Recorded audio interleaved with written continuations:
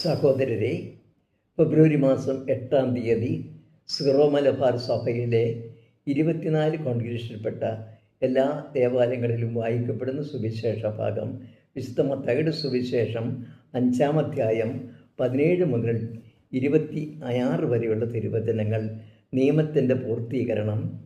നിയമത്തെയോ പ്രവാചകന്മാരെയോ അസാധുവാക്കാനാണ് ഞാൻ വന്നതെന്ന് നിങ്ങൾ വിചാരിക്കരുത്. അസാധുവാക്കാനല്ല, പൂർത്തിയാക്കാനാണ് ഞാൻ വന്നത്.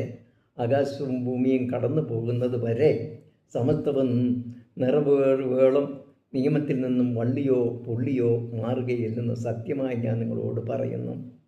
ഈ പ്രമാണങ്ങളിൽ ഏറ്റവും നിസ്സാരമായ ഒന്ന് ലംഘിക്കുകയോ ലംഘിക്കാൻ മറ്റുള്ളവരെ പഠിപ്പിക്കുകയോ ചെയ്യുന്നവൻ സ്വർഗരാജ്യത്തിൽ ചെറിയവനെന്ന് വിളിക്കപ്പെടും. എന്നാൽ അത് അനുസരിക്കുകയും പഠിപ്പിക്കുകയും ചെയ്യുന്നവൻ സ്വർഗരാജ്യത്തെ വലിയവനെന്ന് വിളിക്കപ്പെടും.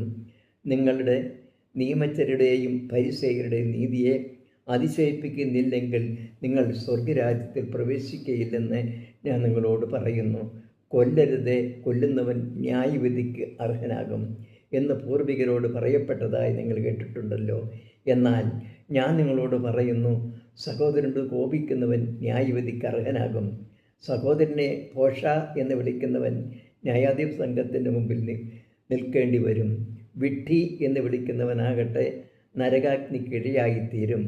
നീ ബലിപീഠത്തിൽ കാഴ്ചയർപ്പിക്കുമ്പോൾ നിന്റെ സഹോദരന് നിന്നോട് എന്തെങ്കിലും വിരോധമുണ്ടെന്ന് അവിടെ വെച്ച് ഓർത്താൽ കാഴ്ച വെച്ചു അവിടെ ബലിപീഠത്തിന് മുമ്പിൽ വച്ചിട്ട് പോയി സഹോദരൻ്റെ രമ്യതപ്പെടുക, പിന്നെ വന്ന് കാഴ്ച അർപ്പിക്കുക. നീ പ്രതിയോഗിയോട് വഴിക്ക് വെച്ച് തന്നെ വേഗം രമ്യതപ്പെട്ടുകൊള്ളുക, അല്ലെങ്കിൽ പ്രതിയോഗി നിന്നെ ന്യായാധിപൻ സേവകനും ഏൽപ്പിച്ചു കൊടുക്കും. അങ്ങനെ നീ കാരാഗൃഹത്തിൽ അടയ്ക്കപ്പെടും.